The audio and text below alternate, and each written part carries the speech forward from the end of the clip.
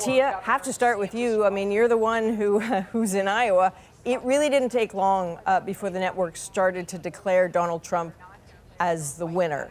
Does this track with what you've been hearing on the ground, expecting on the ground there? It does track. Now, to be fair, most precincts are just now getting down to counting votes. But if you look at the enthusiasm, you look at the people who were gathered at these caucus sites, it was very clear that Trump had overwhelming support among these Republican Party caucus goers. I went to a caucus meeting site in suburban Des Moines, and again, they hadn't even started voting yet. I was ready to call it for Trump. So what you see does seem like Trump is going to have a very overwhelming victory in Iowa. Not confirmed, but that's what it's looking like. So Tia, while I have you here, you know, this tight race for second at the moment, what matters about that, and how is that playing out between DeSantis and Haley? So I think it matters for two reasons. Number one, if the person in third place is a distant third, there is going to be intense pressure for him or her to drop out of the race. But I think the other thing that people are going to be looking for is whether Trump gets beyond 50%.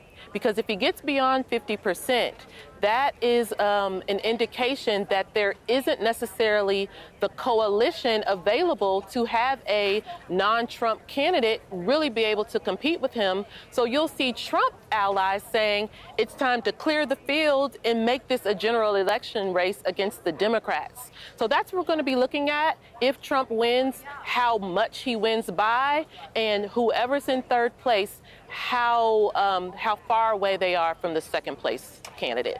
So, Brian, I sort of see you nodding a little bit, and I'm wondering, I mean, obviously the polls have been pointing towards this, a Trump victory, but right. Is that what you're looking at too, like the margin of those numbers, and what might that story tell us about the rest of the United States? Right, this is the beginning of the general election. And yes, Ron DeSantis and Nikki Haley will argue that's not the case. Haley's been out there saying Trump's the chaos candidate, chaos follows him everywhere. Well, Trump voters, they want the chaos. What we've seen tonight in Iowa is that many of Trump's supporters from 2020 want to give him one more chance, want to see him go and try to take down his rivals and take down what they call the deep state that is now allegedly prosecuting him for his alleged crime. So we are seeing this moment where the Republican Party is still very divided, and yet Trump's going to be able to come out tonight and tomorrow and say, I'm the nominee, give up everybody else, let's get to the general election. And I think actually President Biden's campaign would like that. They would welcome that. They want to have that head-to-head. They want to wake up the rest of America to what's really going on here, because I think, frankly, a lot of Americans were tuned out. They were in disbelief. They were in denial that Trump was going to win in Iowa, that he's actually going to be the nominee again. This is actually going to bring a rematch for 2020. Well, wake up, everybody. It's actually happening, and this is the beginning of the general election. So, Tolu, let's talk about what Brian just said there. I mean, you're the White House correspondent. What matters about this night in that White House today?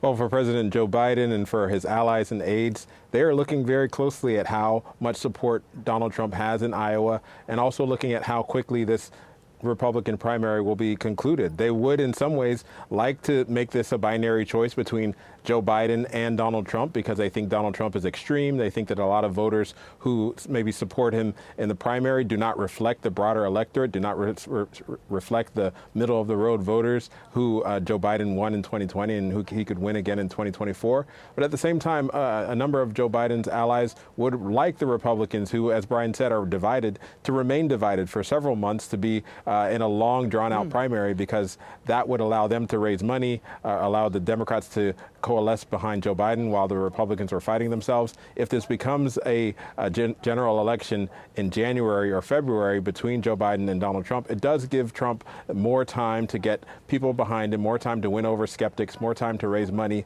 And so they are looking at this race hoping that voters think of it as a binary choice, but also hoping in some ways that some of these other second and third place candidates find a way to keep Donald Trump mired down in the Republican primary for weeks and weeks on end, so that they, as on the Democratic side, can coalesce around Joe Biden, raise more money, and then turn to the general election while Donald Trump might be more bloodied and more negatively impacted by a long drawn-out primary. But if Iowa is any indication, it looks like Trump is going to be ascendant coming out of Iowa, and he could wrap this nomination up very quickly. Okay, so Brian, you mentioned a little bit about the trials. Right. When we look at this from the perspective of Canada, people sometimes catch themselves saying, wait, what court appearance is this one for? What is the next one about?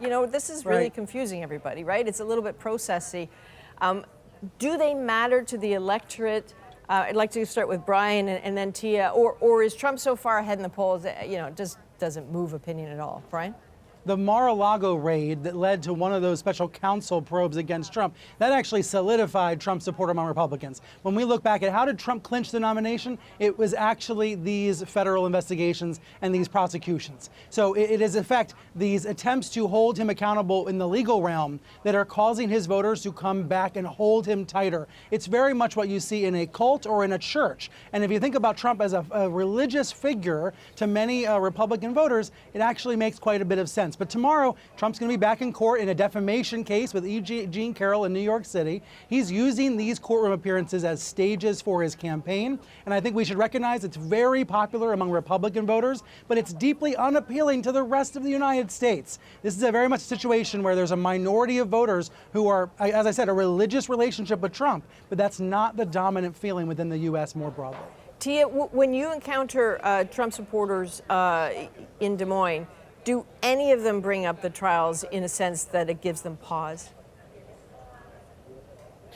Well, no. As Brian said, these trials, these charges have reinvigorated his base. It has made them more loyal to Trump. It has made them say that they feel Trump is being attacked. Their right to select a candidate of their choice is being attacked. So for them, these charges are more of a reason for them to support Donald Trump. Again, at the precinct that I attended the caucus meeting just earlier this evening, the person speaking on Trump's behalf brought up the cases as part of his pitch to the voters in the room as to why they should support Donald Trump. So again, that's very different than maybe the narrative that we might hear in a general election contest. There are a lot of Americans who are troubled by the charges that Trump faces. As you mentioned, it gets a little confusing, even among Americans. All these different cases are confusing. But again, in the primary, among Republicans, Trump's base, it is part of his narrative. It is part of why they support him. All right. I'm glad it's not just us. Brian, Tia, Toulouse, thanks very much, everyone.